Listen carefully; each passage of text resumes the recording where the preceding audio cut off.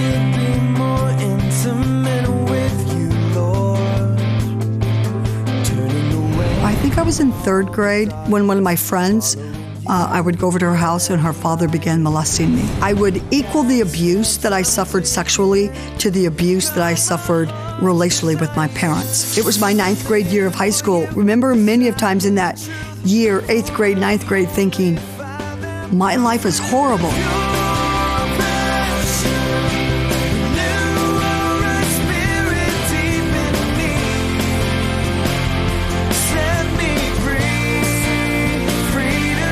That I was loved by a man named Jesus, no matter what I did and no matter what household I came from. And for a little girl that was full of shame, that was an impacting sentence. Welcome to Pure Passion. My name is Colette Burque. It almost goes without saying, child sexual abuse is a horrendous thing. When a child is sexually abused, strongholds of thought get established in that child's mind and heart that can last a lifetime and be very difficult to ferret out from the locked chambers of the soul. Our guest today is Tracey Bickle, a survivor of childhood sexual abuse and parental neglect, who has discovered an amazing level of healing by sitting at the feet of Jesus Christ and learning the secrets of the deep heart from Him. God has given Tracey profound insight into not only the consequences of abuse and neglect, but the healing path that God wants to provide all of us that will lead us out of our dark places and into His marvelous light. My earliest memories of my childhood is that I grew up in a very fun family. We were jammed in there. My mother had 6 children in 5 years, and then 3 years later had my little sister. I was 6th of those 7. So my earliest memories is that everything we did, we sort of did as a pack. And I loved my family. I remember thinking that. I remember thinking we lived in a fun household. Little did I realize that my household was quite filled with trauma. My father was an Olympic athlete who failed to attain his goal of a gold medal, and thus that sort of tainted the rest of his life.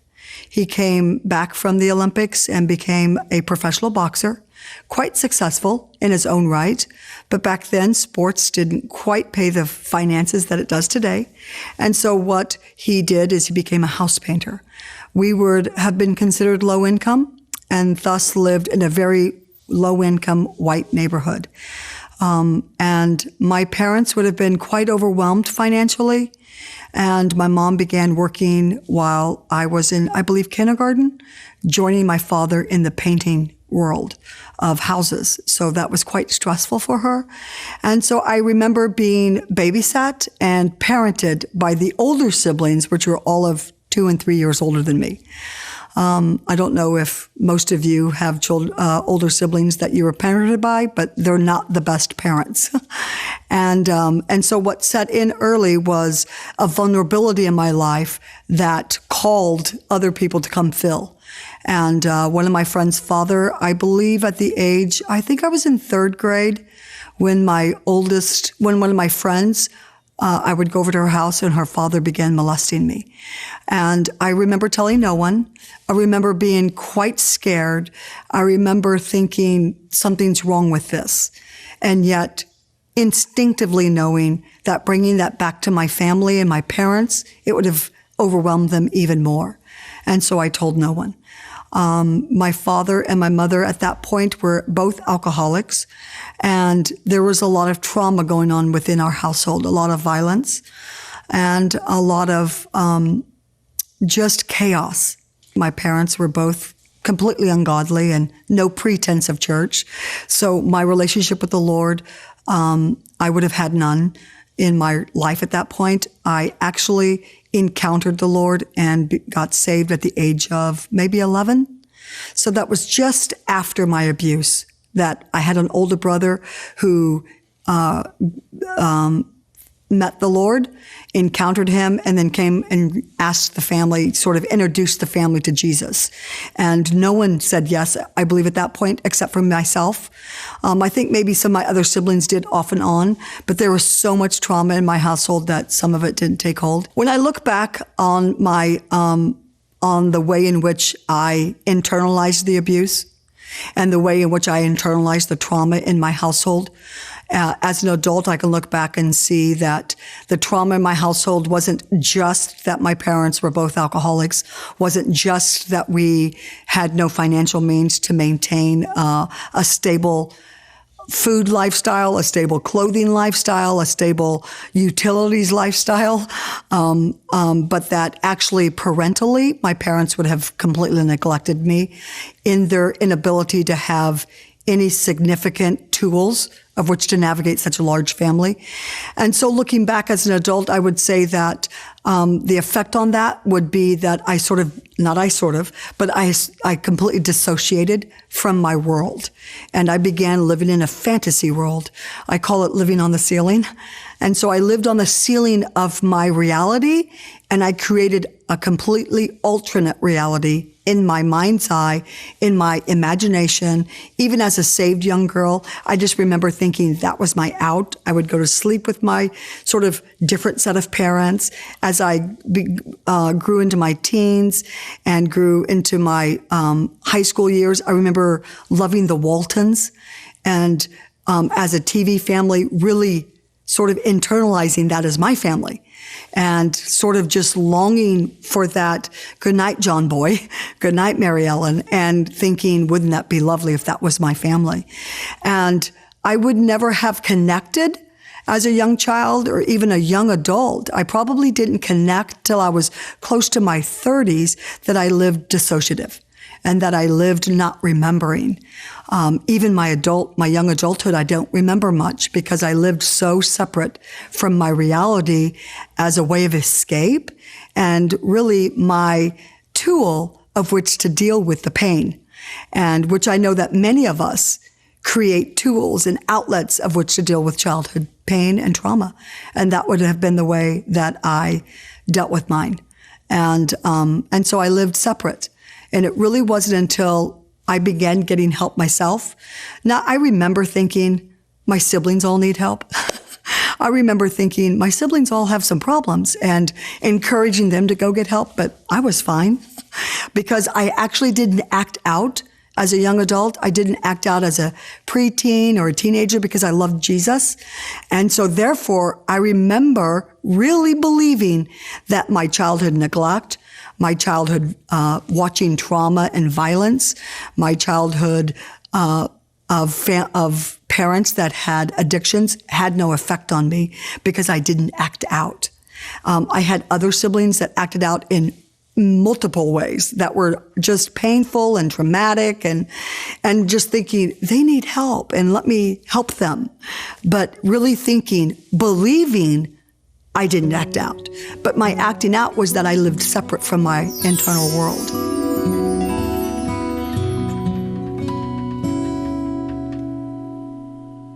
What I mean by living separate, what I mean by dissociative, what I mean by what I call living on the ceiling, I would have, no one ever defined to me what dissociative was. And of course, dissociative can be on a continuum, can't it? It can be from us driving to Walmart and not remembering how we got there because our mind was somewhere else.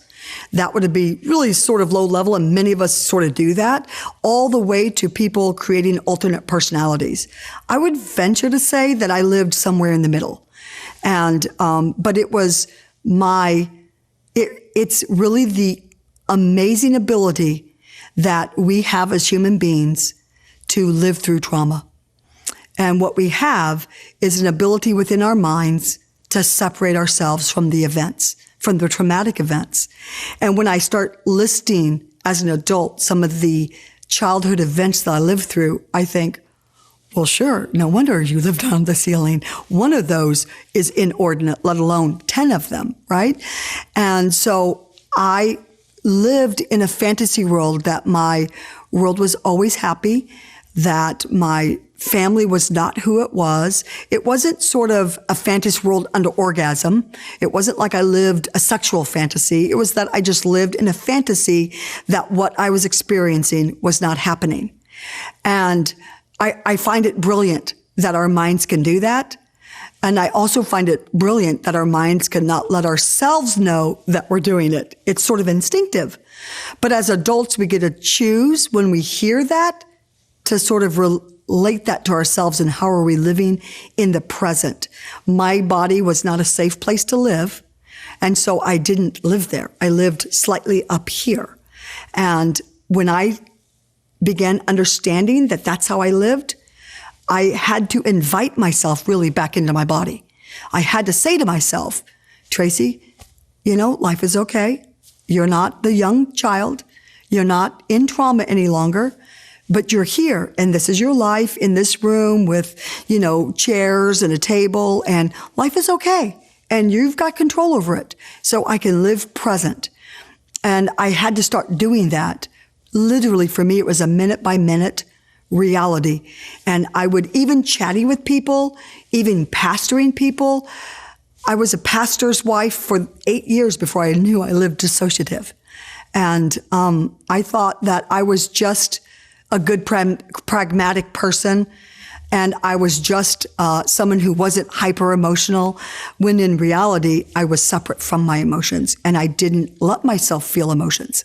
My abuse was actually about oral sex. And so I remember I remember it affecting me with intimacy with my husband.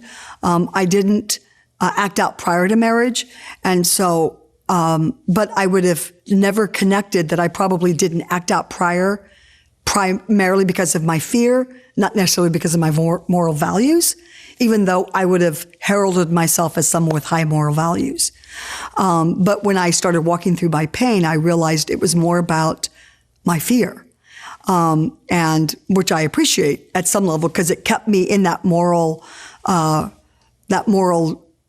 yard, if you will, and I didn't cross boundaries.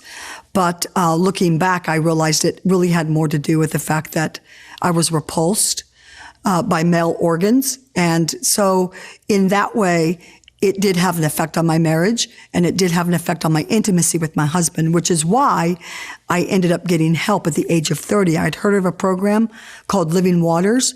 A gentleman named Andy Comiskey ran a ministry called Desert Stream, and it offered a program for those dealing with sexual and relational brokenness. And for me, that's what happened. And so when I look back at my childhood and I look back at the abuse that I suffered, and really I would equal the abuse that I suffered sexually to the abuse that I suffered relationally with my parents, which would be abject neglect.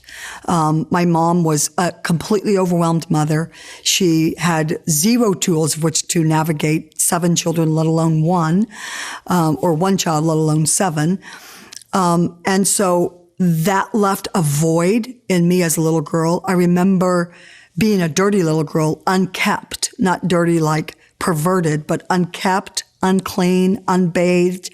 And that is really a telltale sign for predators, honestly, for predators. They spot those things in little children. And it left me vulnerable to yielding to those who would pay any attention to me at all.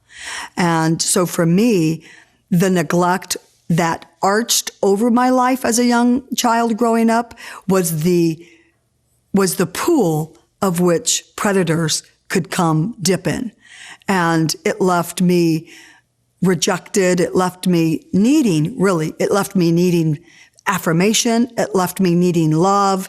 It left quite a big vacuum in myself in which others could come and fill easily. And I would say yes to, thinking I was going to have that vacuum filled when in essence, when in reality, that's not what happened. What happened would be more abuse and more rejection and more shame and more taking in, I must be bad, and taking in something's wrong with Tracey, or my parents would have 1, 2, 3. My dad would have 1, 2, 3. the abusers I wouldn't be marked. And I think that my neglect actually preceded significantly my sexual abuse. And it marked me all along the way of me growing up. And I think that childhood neglect is a silent abuse because it's hard to put your finger on. I could say, I see this man's penis coming at me, that's horrible. But I couldn't say something's wrong with my parents' love towards me because you couldn't see the fact that I wasn't getting hygiene taught to me appropriately. I wasn't having food on a regular basis given to me in a consistent manner. I wasn't having clothing given to me in a consistent manner. And those things are unseen, and it's hard to put your finger on what's not there, which is neglect. Neglect is not there. And so that was harder for me to connect with than my sexual abuse. But that was actually the key to me getting healing. And yet it was tied into the fact that I loved my mom. And it was tied into the fact that I know that my mom loved me. My mother's no longer with us. And I like to say that I was my mom's favorite because my siblings can't quite argue with me. She's not here. And so I had a great relationship with my mom as a young adult. And I knew that she loved me. And so the idea that somehow I was going to point my finger at a mom that I was cognizant was already overwhelmed in life. She already was married to an alcoholic. She already didn't have enough to sustain her life, let alone the life of her children. So then why was I going to point my finger at her and go, you did this to me? That was a challenge for me because I thought, I can't do that. I'm just not going to do that. I'm not going to point to my mom, like, leave her alone. She's already tired. But when I realized that I could say that my mom loved me, but she didn't have the tools of which to show it to me. She didn't have the tools of which to raise me. When I could actually say that, then I thought, I can do that. I can say that I had legitimate needs that my mom wasn't able to fill, but that she loved me. Then that could connect with my heart. And when I did that, then I was able to let the Lord come in and look and touch some of those extremely painful areas as a little girl that didn't have her needs met emotionally, didn't have her needs met physically, and didn't have her needs met spiritually on any level. And when I was able to do that, then it allowed him in to touch those areas, and I could offer to him my pain before the cross.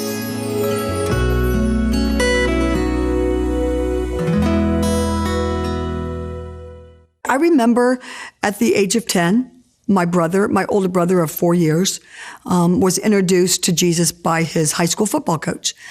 And he came home and told the rest of the family. And I remember saying yes, I think primarily at 10 because I wanted love from my brother.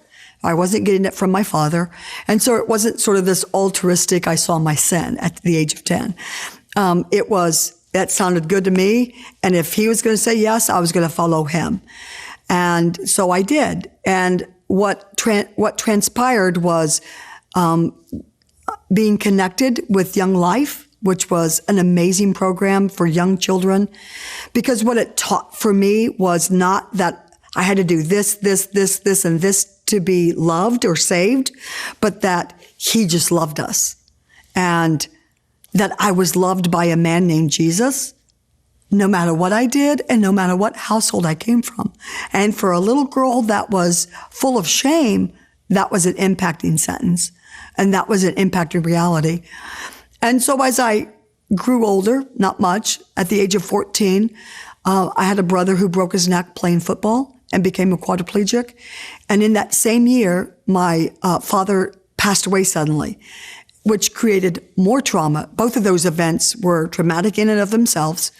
But together, it destroyed what little bit of family unit we had.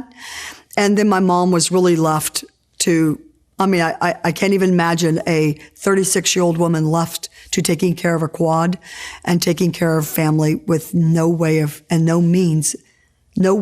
or means of which to supply their financial need.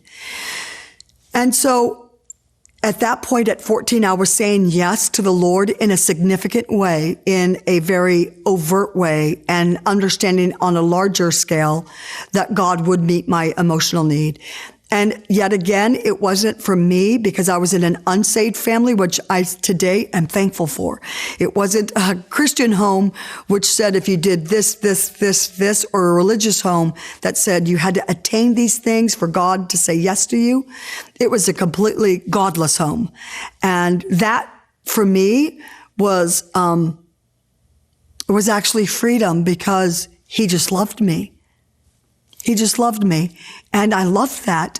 And I remember thinking I could just have a conversation with him and he would listen to me. And I remember many a times in that, it was my 9th grade year of high school. Remember many of times in that year, 8th grade, 9th grade, thinking, my life is horrible. And if this is life, I mean, I'm starting off on a really low scale. And yet the Lord met me and he showed me that he loved me. And it was more about a relationship with this man than a performance with this man. And so I think that marked me in my early Christian life, that I could not have much understanding of the wherefores and how comes of what Christianity was, and have an understanding that there's a man named Jesus that loved me if I gave my whole heart. Not even if I gave my whole heart, but that allowed me to give my whole heart to him. When I look at my childhood and I look at the relationship that I had with Jesus as a 14-year-old, I remember thinking then, I want to marry a man that didn't cuss or drink. That was my sort of high aspirations. And I remember thinking, I want to marry a pastor. That I just remember thinking that, and even chatting with my mom and chatting with her best friend that I was going to marry a guy who didn't cuss and didn't drink, and them sort of patting me on the head and thinking, isn't she sweet? And I think I mentioned that I grew up in a low-income family, and low-income families are not notorious for chatting about college around the dinner table. We chatted about what union we were going to join, or what trade we were going to get. And my father would have been a little bit of an Archie Bunker. That for some of you who would watch Nick at Night today, gives you context for my father's framework and view of family, which is women support men. And so in 9th grade, I became a cheerleader, and which cheerleaders just cheer the men on, don't we? And that was my role, and I loved it. I mean, I loved my life. I just remember thinking I loved my life. Not that I actually experienced much of it, because I was living on the ceiling, but I remember loving my life and loving the Lord and loving Young Life, and a gentleman named Bob Leyleitner, who headed up the Young Life program under Colonial Presbyterian about 40 years ago. And that was my safe haven. And he really impacted my world and impacted that I could be all that I wanted to be. And yet what I wanted to be was a mom and a wife. And so out of high school, I moved in with my 2 brothers. I had 2 brothers, the one that introduced me to the Lord and the one that broke his neck. And one took care of the other. And I remember out of high school moving in with them and taking care of my brother, Pat, for about a year. And in that time, I met my future husband. His name was Bob. And I was married at the age of 19. At the age of 22, we were helping pastor a church here in Kansas City called Kansas City Fellowship back in 1983. And so I was living my dream. I mean, not just my fantasy world, but actually my dream world. And it became real, and I loved my life. And I had, the 2.3 children. I had a young boy and a young girl. And then about 6 years later, we adopted a young boy and from a mom who was a crack addict. And so I had 3 children, and I was living life and loving it, still very disconnected from my own heart, because I lived sort of out here. Though I threw myself into pastoring, into helping, into loving people. Well, I loved people. I knew that. I knew I loved people. And I knew that I loved giving love to people. Ultimately, what would happen in that world was I would get my own internal needs met by loving people. Unbeknownst to myself, that at some level I was feeding off of those people, which is slightly discouraging me today, because I realized how much I fed off the sheep. but in it, knowing that God is faithful and He's kind, and I recognize that. And I even remember going back to some of them and apologizing. But knowing that I just love to help people. And so when I ran into a ministry called Desert Stream, it was doing a program called Living Waters. And I remember thinking, oh my gosh, they help those that deal with sexual brokenness. And for me, growing up in the Midwest, you didn't go to counseling. Back in the 80s, you didn't seek help. I mean, I remember mentioning that my siblings all needed it, but it hadn't really had its impact on me. But when I ran into this program, I thought, I need help. My husband agreed with me openly that I need help dealing with my sexual abuse. And I thought, I'm just going to take it for that. It's going to be fabulous. And I took it, and I remember loving it, and remember it really impacting the areas of my heart that no one had ever touched. And again, what it did was it showed me my childhood neglect, which was the dilemma of which I had to open up to and sort of had to see. And once I did that, then I was able to let the Lord into areas that I hadn't ever before. And I call it removing all that hinders love.